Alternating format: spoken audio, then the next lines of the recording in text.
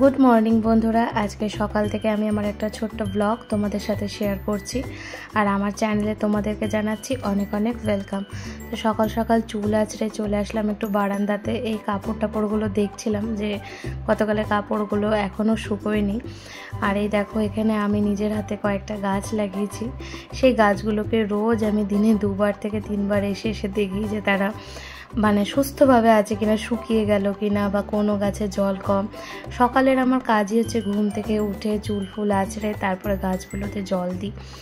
আর ভালোও লাগে। আর আজকের ওয়েদারটা না খুব সুন্দর, বাইরে হাওয়া দিচ্ছে। এখন এই ঘড়িতে 7:30 মতো বাজে। তারপরে আমি বসে পড়লাম নিজের একটু কালো চা আর বিস্কুট নিয়ে খেতে। চা খাইয়ে মেয়েকে ঘুম থেকে তুলে ওর খাওয়া হয়ে গেছে। তারপরে যেটা ওর মর্নিং রুটিন, যেটা ওর এইতে ক্রিম লাগিয়ে দেওয়া। আর যখনই ক্রিম লাগাতে যায় তখনই উনি চেটে ওটাকে খেয়ে নেয়। তাই যতবারই বলি যে মিঠি রানী ক্রিম খেতে হয় না, ভালো না, তবুও ক্রিমটাকে একবারও চাটবে। দেখো জিভ বের করে রেখেছে কেমন। তো একটু ক্রিম লাগাচ্ছি, ও আবার বলছে যে ওই ক্রিমটা ওর পায়েও লাগিয়ে দাও। তা আমি বললাম যে এটা তো মুখে লাগানোর ক্রিম। তা বলছে আচ্ছা না, পায়েও লাগিয়ে দাও। তারপরে এই তো সকালবেলা এই ক্রিম নিয়ে একটু পায়ে হাতে সব জায়গায় লাগিয়ে দিচ্ছি। ওদেরও ক্রিমের দরকার, শরীরে ময়শ্চারাইজ না হলে চলবে না, কারণ সারা রাত এই এসির হাওয়াতে স্কিনটা প্রচণ্ড ড্রাই হয়ে যায়। তো আমি এটা রাতেও শোয়ার সময় একদম পুরো ক্রিম লাগিয়ে শোয়াই, ঘুম পাড়াই। আবার যখন সকালেও ঘুম থেকে উঠে ফ্রেশ করার একটা ব্যাপার থাকে, তখনও কিন্তু এইভাবেই ওকে ফ্রেশ করে দিই। তো আজকে হচ্ছে এই তো ওকে ফ্রেশ করে দিলাম। আর আজকের জলখাবারটা চলো, আজকে জলখাবারে হচ্ছে আবার আটার পুরি। তো ওটাই ওখানে এরপরে বানাবো, আটার পুরি। আটার পুরি ভালো লাগে খেতে, আমার যে খুব প্রিয় তা না, কিন্তু কর্তার খুব ভালো লাগে। ব্রেকফাস্টে মাঝে মাঝে আটার পুরি, আর আজকে হচ্ছিলো ছোলে। তো এই খাওয়া দাওয়া করে তারপরে চলে এসেছে একবারে রান্নাঘরে। আজকে আমি বানাচ্ছি মিঠি রানীর জন্য মাছের ঝোল। এক একদিন কিন্তু আমাদের মাছের ঝোল থেকেও ওকে মাছটা আমি তুলে দিই। আর যেদিন মনে করি যে একটু ঝাল করে বানাবো আমাদেরটা, তখন ওরটা এরকম হালকা করে বানিয়ে দিই। তাই তো সর্ষের তেলে পটল আলু একটু ফোড়ন, কালো জিরে ফোড়ন দিয়ে পটল আলুটা খুব ভালো করে ভেজে নিচ্ছি। তারপরে এর মধ্যে দিয়ে দেবো হলুদ গুঁড়ো, জিরের গুঁড়ো, আর হচ্ছে নুন।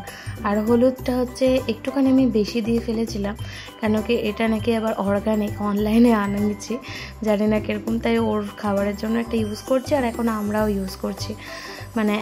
রং কম আসবে, কিন্তু ওই জন্য একটু বেশি দিতে হয়।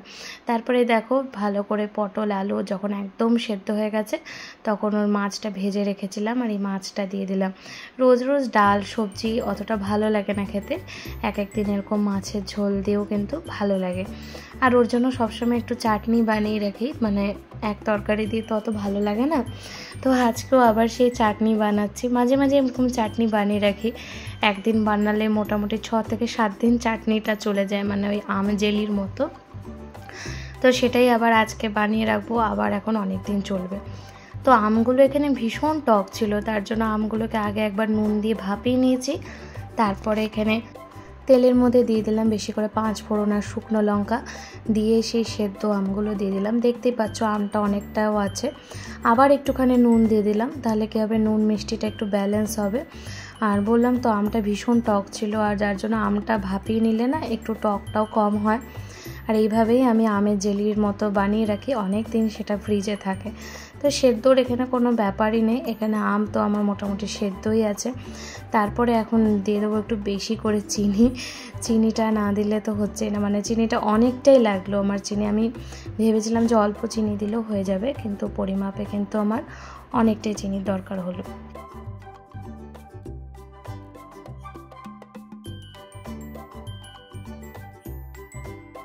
কিছুক্ষণ ভালো করে নেড়ে চেড়ে এরপরে আমি দিয়ে দিচ্ছি কিন্তু একটু বেশি বেশি করে চিনি। তো চিনিটা দিয়ে এরপরে আবার একটু ভালো করে নেড়ে চেড়ে দেবো। আর এটা আস্তে আস্তে এটা এবারে হতে থাকুক আমের চাটনিটা। আর ওদিকে তো মিঠি রানীর রান্নাটাও হয়ে গেছে। মিঠি রানীকে ওদিকে আমি একটু বই নিয়ে বসিয়েছি, বই নিয়ে বসানো বই নিয়ে বসতে চায় না, সমস্ত বইও প্রায় ছিঁড়েই ফেলেছে। কিন্তু যেহেতু সময়টাও কাটাতে হবে, আর কিছু করার নেই, কী করবো, তাই এখন থেকে বই নিয়ে বসিয়ে রাখি। তারপরে যাই হোক দিয়ে দিলাম একটুখানি গুড়। আমার কাছে এরকম গুড় এই অল্পই ছিল, আর ওখানে আবার একটু পাউডার গুড় আনা হয়েছিল, তো সেটা আর একটু ওপর থেকে বেশি করে দিয়ে দেবো। তো তো দেখতেই পেলে এখানে গুড়টাও দিয়ে দিলাম, তাহলে কিন্তু কালারটাও খুব ভালো আসে। আর দিয়ে দিলাম হচ্ছে 1 চামচ ভাজা মশলা, এই জিরে ধনে শুকনো লঙ্কা এটা আমি বানিয়ে রেখে দিই সবসময়। তো এই ভাজা মশলাটা উপর থেকে দিয়ে দিলাম, তাহলে কিন্তু চাটনিটা খেতে খুবই ভালো হয় আর মানে ভালোও লাগে। তারপর এখানে চলো দেখো মিঠি রানীকে ওখানে একটু আমও দিলাম, যে চলো এবার তুমি একটু আমটা খাও। ওখানে দেখো নিজে নিজে আম খাওয়ার চেষ্টা করছে মিঠি রানী। আর একটু খাও, আবার খাও।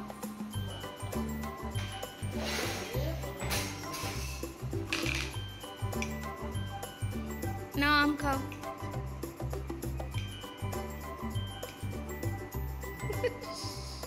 ওই দেখো দেখো তুলেছে, ভালো লাগছে মিঠি রানী?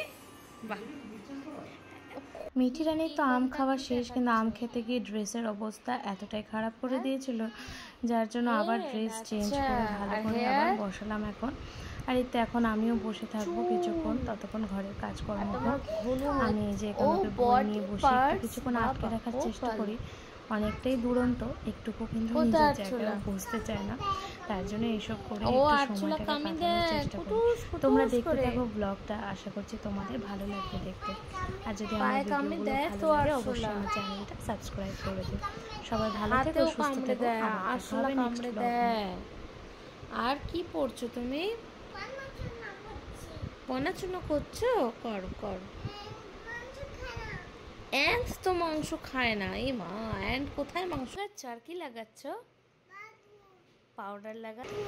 পাউডার লাগাচ্ছ?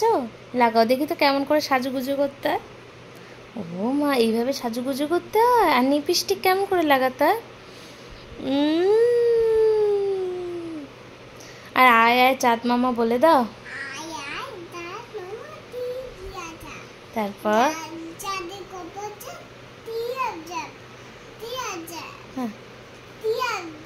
টিপ দিয়ে যা। ধান কাটলে আর তো কি দেবো?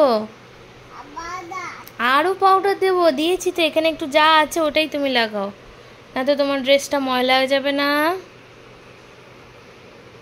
চলো এরপর হচ্ছে আমি রান্না করব। মিঠি রানীর জন্য আজকে কি বানাবো? চিকেন বানাবো। আর ফিশ খাবে না? খাবে, আচ্ছা। ফিশ, ভাতু, আর কি? চাটনি। চাটনি, আচ্ছা। মা কালী চোখটা কেমন করে? বাবা, আমার তো ভয় করছে। আর কেমন করে জিভটা? ও মা, ওরকম করে দেয় মা কালী? ও যে যারা দুষ্টু করে না, ভাতু খেতে হবে পেট ভরে, দুষ্টুমি করবে না, নালে মা কালী খুব রেগে যাবে, বুঝেছো? বাবা কি সুন্দর, খুব ভালো।